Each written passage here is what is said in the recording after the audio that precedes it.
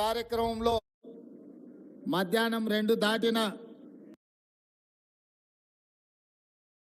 ఆ గౌడన్నలకు కాంగ్రెస్ పార్టీ కార్యకర్తలందరికీ మనస్ఫూర్తిగా ధన్యవాదాలు, కృతజ్ఞతలు.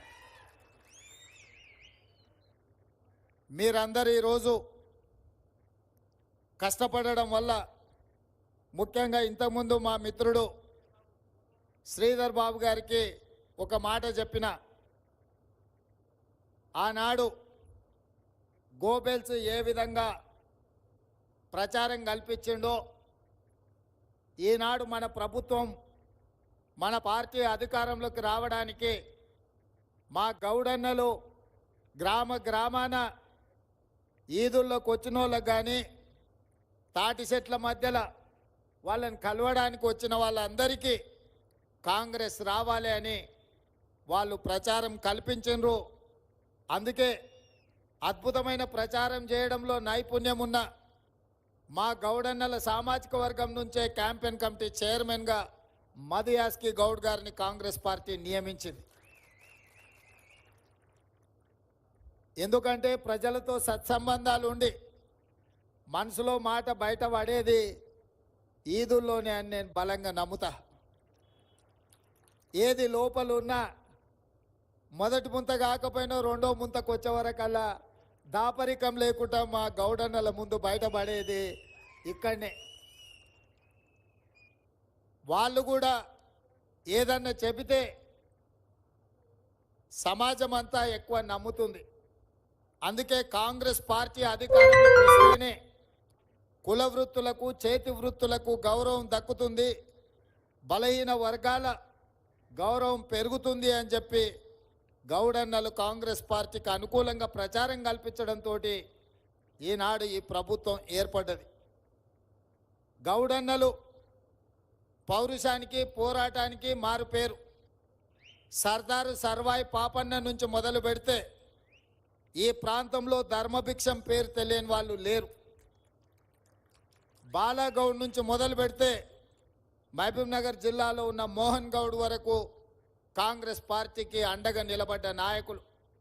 అదే కాదు, ఈరోజు ఈ రంగారెడ్డి జిల్లాలో అంతర్జాతీయ ఎయిర్పోర్టు వచ్చిన, ఔటర్ రింగ్ రోడ్డు ఏర్పాటైన, ఐటీ పరిశ్రమలు ఇతర పరిశ్రమలు రావడానికి కారణమైన ప్రాణహిత చేవెళ్ల ప్రాజెక్టుకు పునాదులు పడ్డ పెద్దలు దేవేందర్ గౌడ్ గారిని కూడా మనం గుర్తు చేసుకోవాల్సిన అవసరం ఉన్నది.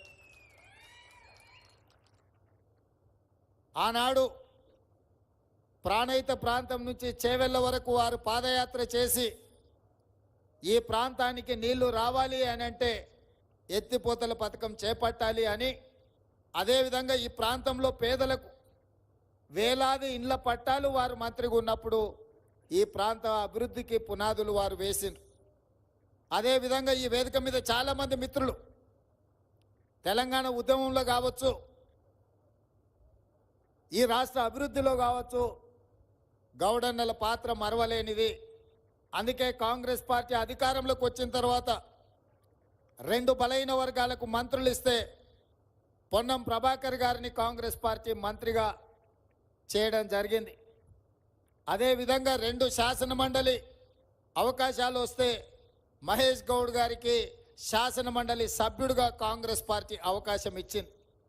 మొన్న జరిగిన నియామకాలు జరిగిన కార్పొరేషన్ చైర్మన్లలో బీసీ కార్పొరేషన్కి శ్రీకాంత్ గౌడ్ను మనము కాంగ్రెస్ పార్టీ బీసీ కార్పొరేషన్ చైర్మన్గా నియమించడం జరిగింది.